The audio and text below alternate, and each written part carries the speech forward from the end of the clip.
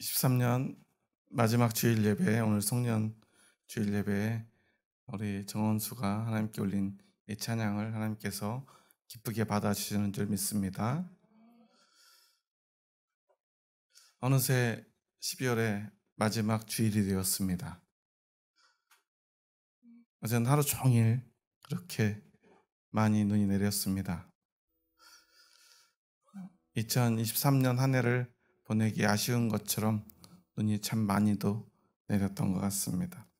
오늘 이 예배, 이 시간을 통하여 우리가 23년도 마지막으로 하나님께 영광을 올려드리는 이 귀한 시간, 이 짧은 시간이지만 이 시간을 우리의 마음, 우리의 영혼, 우리의 몸까지도 최선을 다해 하나님 앞에 온전히 올려드리는 시간이 될 수 있기를 소망합니다.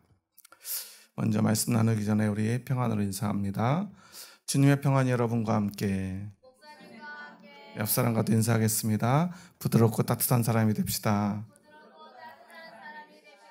겸손한 사람이 됩시다.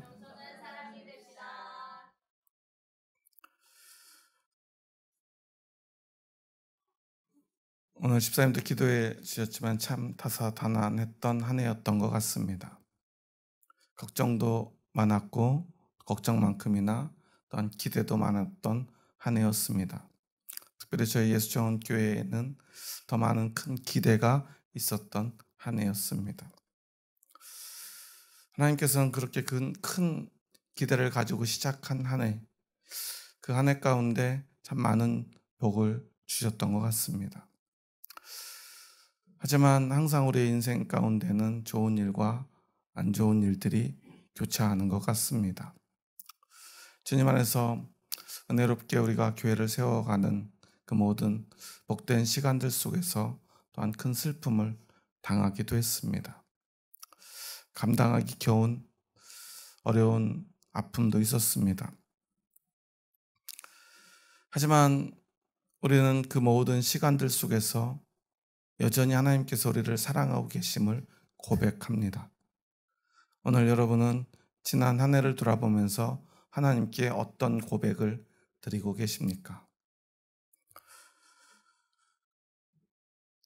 얼마 전에 보니까요, 2023년도 한 해를 보내면서 선정된 사자성어를 찾아봤어요. 매년 이맘때가 되면요, 그의 사자성어가 나오는데 올해 사자성어는 바로 견리망의라는 단어입니다. 이로움을 보니까 의로움을 잊어버렸다는 뜻이죠. 전국에 있는 교수님들이 모여서 올해 한 해를 돌아보면서 사자성어를 매년 선정하기 시작한 지 벌써 한 20년 돼가는 것 같습니다.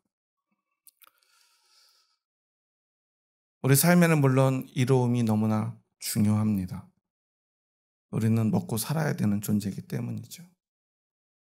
아무리 대단한 사람이라도 먹지 않고 자지 않고 살 수 있는 사람은 없을 것입니다. 그럼에도 불구하고 우리에게는 또한 그 먹고 사는 문제보다 더 중요한 문제가 있지 않습니까? 세상 사람들도 그래서 이 견리망이라는 단어를 선택한 데는 우리에게 먹고 사는 문제보다, 당장의 눈앞의 이익보다 더 중요한 것이 있을 텐데 왜 우리가 그렇게 눈앞의 이익에 매여 살아가고 있는가 하는 한탄의 마음을 담은 것이 아닌가 생각합니다. 여러분, 올 한 해 2023년도 여러분의 삶은 얼마나 여러분의 삶에, 여러분의 인생에 이익이 되는 한 해였습니까? 저에게는 그렇게 이익이 되지 못했던 한 해였던 것 같아요. 가장 소중한 사람을 잃었고요, 또한 너무나 많은 것들을 잃어버린 한 해였습니다. 정말 소중한 것을 잃어버리고 나니까 그 외에 다른 것들이 별로 중요하게 생각되지 않습니다. 그럼에도 불구하고 오늘 저는 여러분 앞에 서 있습니다.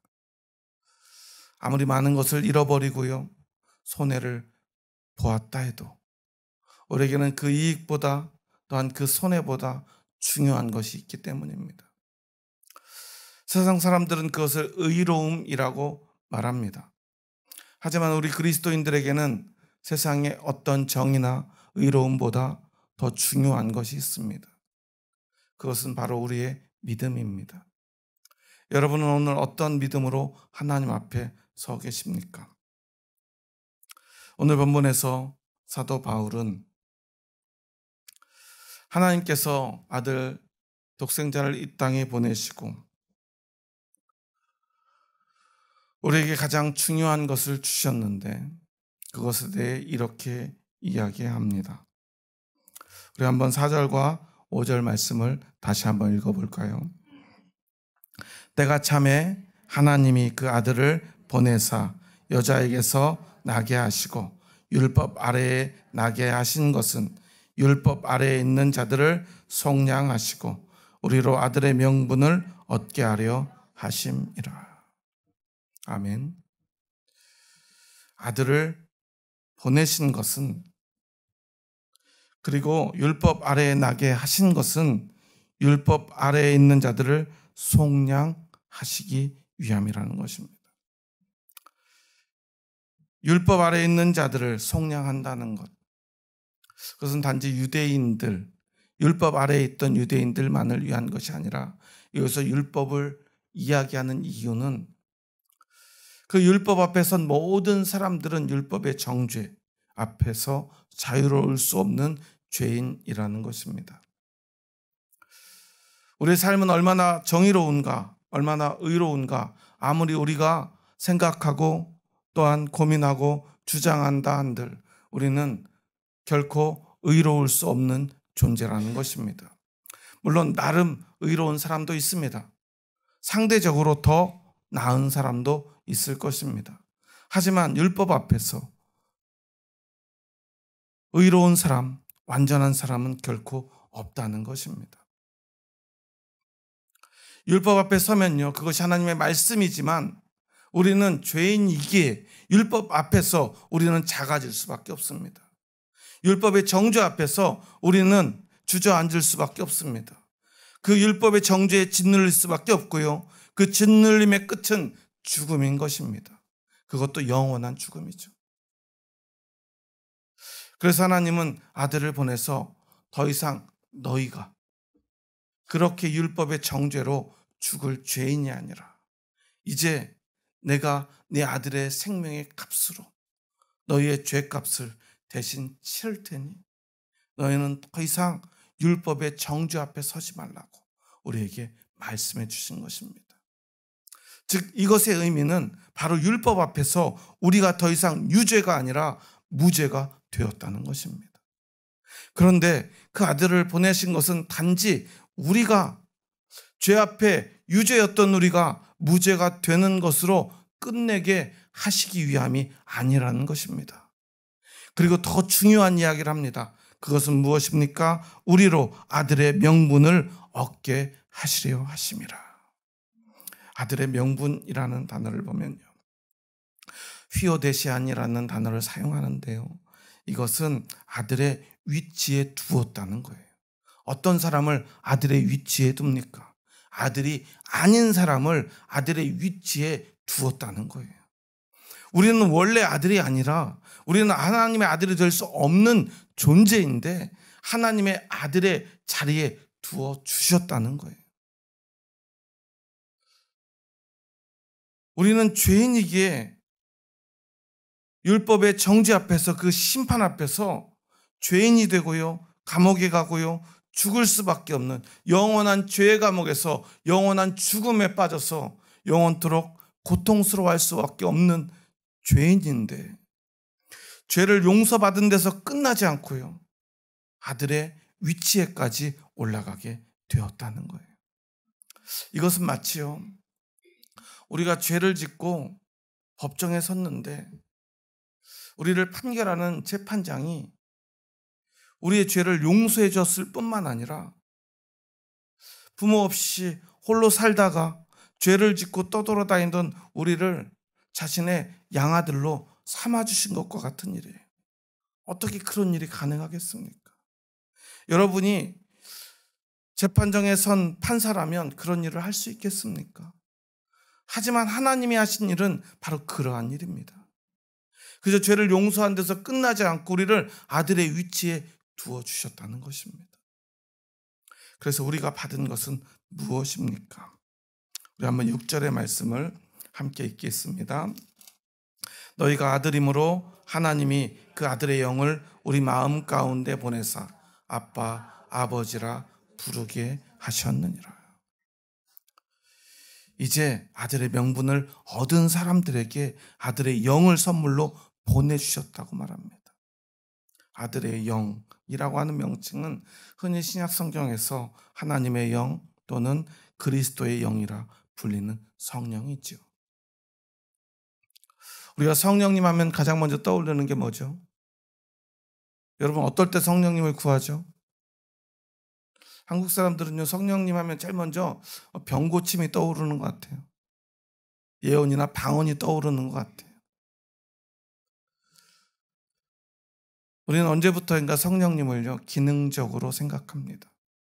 무언가 나에게 능력을 가져다 주거나요, 기적을 일으키는 존재. 때로는 그러한 능력과 기적의 도구처럼 생각합니다. 성령님이 임할 때는 어떤 현상이 일어나야 됩니까? 우리의 머릿속에는요, 뭔가 불이 임하고요, 바람이 불고요, 뭔가 변화가 일어나야만 된다고 생각합니다. 그런데 오늘 말씀에서는 그 영은 무엇을 하게 하시는 영입니까?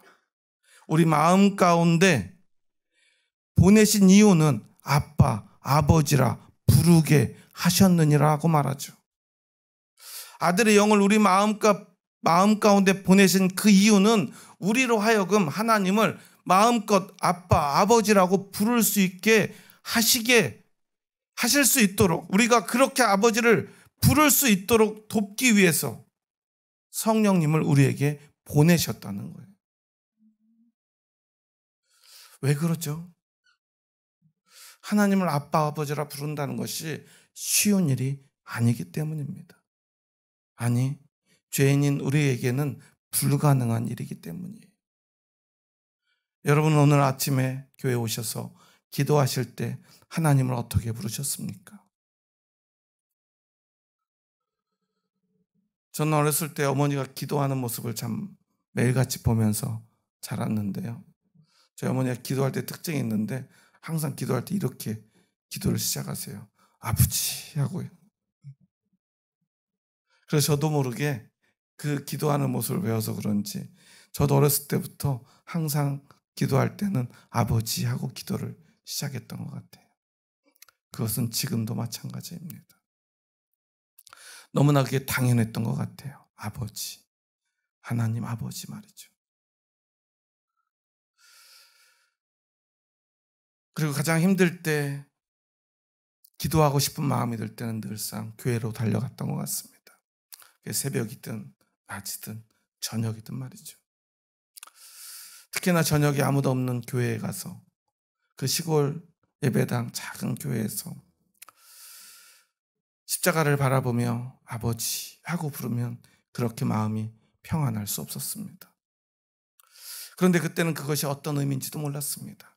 그저 당연한 삶의 일부였습니다. 그런데 제가 신학을 하고요, 목회를 하면서 점점 느끼게 됩니다. 이것이 우리에게 얼마나 소중한 것인가 하는 것을 말이죠. 이것이 얼마나 위대한 일인가 하는 것을 말이죠. 우리 인생에서, 우리 삶에서 얼마나 중요한 것인가 하는 것을 말이죠. 여러분, 오늘 어떻게 하나님을 부르셨습니까?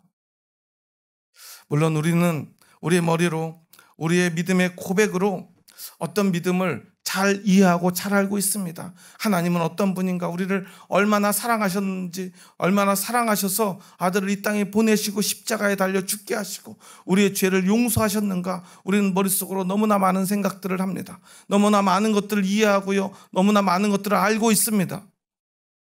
그런데 정작 우리는 하나님을 어떻게 부르고 있는가 하는 것입니다. 오늘 성경에 보면요, 하나님을 아빠, 아버지라, 옛날 성경에는 아바, 아버지라 부르게 하셨느니라고 기록되어 있죠. 여기서 이 아바라고 하는 것은 히브리어로 어린아이들이 아빠를 부르는 그 유대인들의 명칭이에요. 히브리어로도 아빠는 아빠입니다. 그런데 우리가 이제 히브리어다 보니까 히브리어를 번역하면서 우리는 당연히 아빠를 아빠라고 부르는데 설마 유대인들이 뭐 똑같이 아빠라고 그러겠어? 그러니까 그 단어를 보면 아빠라고 하는 히브리어 단어를 보면서도 번역을 어떻게 해요? 아바 이렇게 번역을 해놨던 거예요. 그래서 이제는 이것을 아빠라고 바꿨죠. 한국인들과 유대인들은 굉장히 언어적으로 닮아 있는 부분들이 많아요. 예수님도 영어로 하면 뭐죠? 예, 그거죠. 근데 히브리어로 하면 뭐죠? 예수예요. 우리는 뭐라고 부르죠? 예수님이라고 부르죠. 예수라고 부르지 않습니까? 이 부르는 명칭과 호칭과 발음이 굉장히 닮아 있어요. 우리는 그 히브리인들의 그런 정서적 유대감과 이 언어적 유대감이 굉장히 깊은 민족이에요. 알지도 못하는데요. 그들의 삶도 역사도 우리는 잘 모르지만 우리도 모르게 닮아 있다는 거예요. 그런데 여기서는 아빠, 아버지 이렇게 기록되어 있죠. 뒤에 있는 아버지는 히브리어 파테르라고 하는 단어예요. 헬라어로 파테르라고 하는 단어를 이렇게 혼용해서 지금 얘기를 해요. 히브리인들이 원래 사용하던 아빠라는 단어, 그리고 이제 신약성경을 기록하던 시대에 그때 당시에 그 지역에서 공용어로 사용하고 있는 헬라어로 반복해서 이야기를 합니다. 히브리어를 익숙하게 사용하던 사람이든 헬라어를 익숙하게 사용하던 사람이든 결국 아빠든 파테르든 하나님은 아버지라는 사실을 분명하게 각인시키기 위함입니다. 중요한 것은 하나님을 아빠라고 부르든 파테르라고 부르든 아버지라고 아빠라고 불러야 한다는 것을 이야기하는 것입니다. 머리로 아는 것이 중요한 것이 아니라 하나님을 아버지라고 부를 수 있느냐라고 묻고 있는 거예요. 아버지로 부를 수 있어야 된다라고 말하고 있는 것입니다. 오늘 본문에서 아빠, 아버지라 부르게 하셨느니라. 여기 부르게라고 하는 단어 크라조는 동물들이 울부짖는 소리를 이야기를 해요. 동물들이요 본능적으로 울부짖는 소리. 즉 우리가 아빠, 아버지라 부르는 것은 억누를 수 없는 감격으로 아버지를 부르짖는, 마치 동물이 울부짖듯이 하나님께 아빠라고 아버지라고 울부짖어야 된다는 것입니다. 왜 그렇습니까? 우리에게 그것이 너무나 간절한 것이기 때문에 그래요. 감히 우리가 어떻게 하나님을 아버지라 부를 수 있습니까? 그런데 아버지라 부를 수 있게 되었으니 우리는 크라죠. 동물이 울부짖듯이 하나님께 울부짖으며 아빠라 아버지라 부르짖어야 된다는 것입니다. 그렇게 간절함으로 하나님을 아버지라 부를 수 있는 것, 그것이 바로 믿음이라는 것입니다. 우리의 구원의 의미는 무엇입니까? 죄 용서받았으니 나는 더 이상 죄인이 아니니 내 천국 가게 되었다라고 즐거워하는 것입니까? 제가 목회하면서 제일 중요하게 전하는 말씀이 있습니다. 천국이란 어떠한 곳인가 하는 거예요. 여러분 왜 천국에 가고 싶으십니까? 천국에 좋은 곳이 많아서입니까? 이 땅에서 내가 넓은 집에 못 사니까 천국에서는 하나님이 그래도 나한테 100평은 주시겠지. 그런 마음으로 여러분 천국 가고 싶으십니까? 내가 이 조그만 아파트 아니면 주택, 이 작은 집에서 평생을 살고 내 집 한 칸 마련 못했는데 그래서 천국에는 하나님께서 정말 좋은 집 주신다니까. 여러분 그래서 천국에 가고 싶으십니까? 천국은 왜 그곳이 천국입니까? 바닥에 황금이 깔려서 있어서입니까? 강물이 흐르는데 그 강물이 너무나 아름답고 그 물을 마시기만 해도 영원한 생명을 누릴 수 있기 때문입니까? 천국은 오직 그곳에 우리 아버지이신 하나님이 살아계시기 때문에 그곳이 천국인 것입니다. 어제 하루 종일 눈이 내리는 그 하늘을 바라보는데요. 그렇게 눈이 예쁘게 내릴 수가 없어요. 그 먼 하늘을 바라보고 또 바라보는데 어지러울 정도였어요. 금세 눈이 쌓이고요. 밖에서는 아이들이 눈사람을 만듭니다. 저희 딸도 식사를 하더니 아빠 잠깐 나갔다 올게 그러더니 저한테 전화가 왔어요. 밖에 좀 보래요. 밖에 보니까 눈사람을 하나 만들어 놨더라고요. 거실 창 밖에다 일부러 만들어 놨대요. 문을 열고 보려고. 아빠 보라고. 그러더니 조금 있다 또 전화가 왔어요. 이번에는 여우 스타일로 만들어 봤다고. 그 옆에다가 이 귀도 만들어 놓고 이렇게 눈사람을 만들어 놨더라고요. 눈사람을 보고 옆에서 뛰어노는 아이들을 보고 그리고 하늘을 보며 이런 기도를 드렸던 것 같아요. 지금 하나님 품에 있을 제 아내, 그 아내는 아버지이신 하나님 품에 앉아 있겠구나. 하나님 품에서 진짜 이 땅에서 누릴 수 없었던 참 기쁨을 누리고 있겠구나. 그곳은 지금 눈 내리는 이 아름다운 풍경보다 더 아름다운 곳이겠구나. 우리의 참 소망은 무엇입니까? 이 땅에서 잘 먹고 잘 사는 것입니까? 성공하는 것입니까? 아니면 우리가 참 믿음으로 구원받고 하나님을 아버지라 부르는 것입니까? 여러분, 오늘 우리가 이곳에서 하나님을 아버지라, 아니 아빠라 부를 수 있다면 그것이 바로 하나님의 나라, 천국이 아니겠습니까? 비록 삶은 팍팍하고요. 세상은 내가 원하는 대로 돌아가지 않는다 하더라도 내가 오늘 하나님을 아버지라 부를 수 있는 그곳이 바로 하나님의 나라, 천국임을 우리는 기억해야 합니다. 오늘 2023년을 돌아보며 오늘 어떤 말씀을 전해야 될까? 성서정과는 저에게 갈라디아서 4장의 말씀을 주시며 이 하나님을 아빠 아버지라 부를 수 있는 이 믿음의 고백을 다시 한번 하게 합니다. 오늘 우리가 그렇게 하나님을 아빠 아버지라 부를 수 있다면 그것이면 충분하지 않겠습니까? 많은 것을 알아도 하나님을 아버지라 부를 수 없다면 그 알미, 그 지혜가 무슨 의미가 있겠습니까? 이 땅에 아무리 많은 것들을 소유하고 아무리 많은 성공을 이루었다 한들 하나님을 아버지라 부를 수 없다면 그 인생의 끝은 무엇이겠습니까? 그리고 과연 그것이 오늘 우리에게 참 행복과 참 기쁨을 가져다 줄 수 있을까요?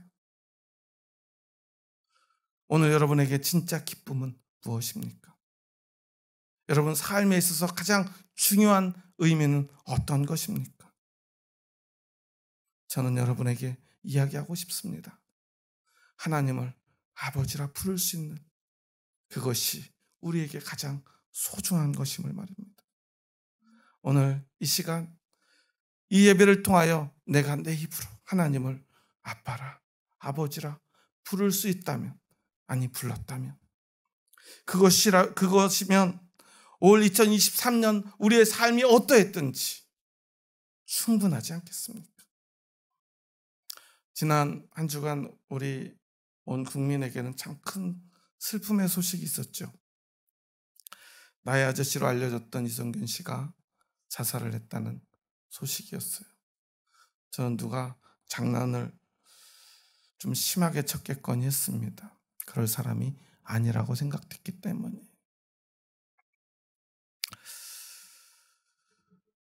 그가 어떤 죄를 지었는지 아닌지는 우리가 알 수 없어요.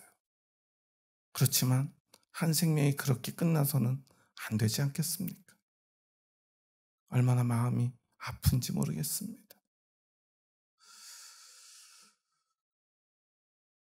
왜 그랬을까를 생각하게 됩니다. 어떻게 이런 일이 벌어졌을까를 생각하게 됩니다. 너무나 많은 사람들이 슬퍼합니다. 그런데요, 우리는 기억해야 합니다. 언제라도 오늘 우리에게 또는 내 가족들에게도 그러한 일이 생길 수 있다는 사실을 말이죠. 사실 과거에는 분명히 어떤 사람이 이제는 연예계에서 가장 대표적인 배우가 되지 않았습니까? 세계적인 배우가 되지 않았습니까? 어쩌면 연예계에서는 어쩌면 권력의 정점에 서 있는 사람입니다. 그런데요, 그런 사람도 수사를 받고요, 압박을 받으니까 견딜 수 없어 자살하지 않습니까? 우리는 어떻습니까? 과연 우리가 가지고 있는 것은 얼마나 대단한 것들입니까? 우리가 이룬 것들은 얼마나 대단한 것들입니까? 우리 인생이 적어도 그가 가진 것보다 더 대단하지는 않을 것이라고 생각합니다. 우리에게도 언제든 그러한 일이 일어날 수 있다는 거예요. 저도 제 아내가 갑자기 세상을 떠났을 때 어떻게 이런 일이 생길 수가 있지 믿어지지 않았어요. 사실은 지금도 잘 믿어지진 않습니다. 항상 집에 들어갈 때면 언제든 항상 그곳에 제 아내가 서 있을 것만 같아요. 아직도 제 곁에 있는 것처럼 느껴집니다. 하지만 그러한 일이 실제로 내 삶에 일어났구나 하는 것을 매일매일 절감하며 살아갑니다. 그런데 우리에게는 그런 일보다 더 크고 중요한 일이 있다는 사실이에요. 우리는 이 땅의 삶이 전부가 아니라 하나님과 함께하는 영원한 생명, 그 삶에 대한 소망이 있기 때문입니다. 물론 오늘 함께하지 못하는 그 아픔과 슬픔을 대신할 수 있는 것은 없는 것 같아요. 아무리 믿음의 고백을 드려도요, 이 상실에 대한 슬픔은 사라지지 않을 것 같아요. 지금 벌써 6개월이 돼가는데요, 그래도 여전히 그 슬픔은 동일하다는 생각이 듭니다. 한 10년쯤 지나면 괜찮을까 생각도 해봤습니다. 그때도 또 슬플 것 같아요. 하지만 그 슬픔과는 별개로 그래도 우리에게는 소망이 있다는 사실, 하나님을 아버지로 부를 수 있는 그 믿음이 우리 안에 있다는 그 사실, 그것이 그 슬픔을 이겨낼 수 있는 힘이라는 것을 저는 고백합니다. 그 슬픔을 넘어설 수 있는 능력이라는 것을 저는 오늘도 느끼며 여러분 앞에 섭니다. 우리에게는 언제나 그와 같은 슬픔이, 아픔이, 실패가, 고통이 찾아올 수 있습니다. 2023년 한 해 여러분에게 어떤 슬픔과 실패가, 아픔과 고통이 있었든 오늘 우리에게는 그것을 넘어설 능력과 축복이 있음을 여러분 잊지 마시기 바랍니다. 그것은 바로 오늘 우리가 하나님을 아버지라 부를 수 있는 그 축복입니다. 그 은혜입니다. 이것을 기억하시기 바랍니다. 그리고 새해에는 우리가 더 크게 하나님을 아버지라 부를 수 있었으면 좋겠습니다. 우리가 많은 것 알지 못해도 괜찮습니다. 아버지를, 하나님을 아버지라 부를 수 있다면 말입니다. 하지만 우리가 많은 것을 알아도 많은 것을 가져도 하나님을 아버지라 부를 수 없다면 그 인생이 무슨 의미가 있단 말입니까? 하나님을 아버지라 부를 수 있는 그곳이 바로 천국임을 기억하며 살아가는 저와 여러분 될 수 있기를 주님의 이름으로 축원합니다. 우리 마지막으로 한번 이 믿음의 고백을 우리 형제 자매들과 함께 나눴으면 좋겠습니다. 옆에 있는 분들 보시면서 한번 이렇게 고백해 볼까요? 옆 사람 보면서 한번 이렇게 인사해 봅니다. 하나님이 우리 아버지이십니다. 날마다 하나님을 아빠라 부르며 삽시다. 여러분, 하나님의 아빠이심을 믿으십니까? 하나님께서 여러분의 아버지이심을 고백하십니까? 이것을 잊지 마시기 바랍니다. 힘이 들면 하나님을 아버지라 부르십시오. 여러분, 즐거운 일이 있고 행복한 일이 있고 좋은 일이 있으면 하나님을 어린아이처럼 아빠라 불러보십시오. 그곳에 하나님의 나라가 임할 것입니다. 하나님을 아버지로 믿는 형제 자매된 서로를 바라보며 마지막으로 한번 이렇게 고백하겠습니다. 주의 사랑으로 사랑합니다. 주의 사랑으로 사랑합니다. 하나님 우리 아버지이십니다. 기도하시겠습니다. 하나님 감사합니다. 저희 부족하고 연약한 자들 사랑하셔서 저희들의 죄를 용서하시기 위해 아들을 보내시고 이 땅에서 십자가죠. 피 흘리시고 고통받으시며 그렇게 죽으셨는데 그 죽음은 단지 우리의 죄를 사하는 데서 멈추지 않고 우리를 하나님의 아들, 하나님의 딸 되게 하셨음을 고백합니다. 그래서 이제 우리 안에 성령님이 찾아오셨고 완전히 영원토록 우리와 함께 하시며 하나님을 아버지라 아빠라 부르게 하심을 고백합니다. 그래서 오늘도 우리는 하나님을 아버지라 부릅니다. 아빠라 고백합니다. 그리고 그렇게 하나님을 아빠라 부를 수 있는 그곳이 바로 하나님의 나라, 우리가 그토록 사모하는 천국임을 고백합니다. 2023년 한 해 우리에겐 많은 슬픔과 아픔이 있었지만 그 속에서도 언제나 우리는 하나님을 아버지라 불렀기에 올 한 해는 우리에게 축복의 한 해였고 기쁨의 한 해였고 천국을 살아가는 한 해였음을 고백합니다. 이제 새로운 해를 기다립니다. 새로운 해에도 우리가 하나님을 아빠라 아버지라 부르게 하여 주시옵소서. 허락하여 주시옵소서. 그래서 우리가 날마다 하나님을 아버지라 부르며 날마다 천국에 가는 복된 삶을 살게 하여 주시옵소서. 예수님의 이름으로 기도합니다. 아멘.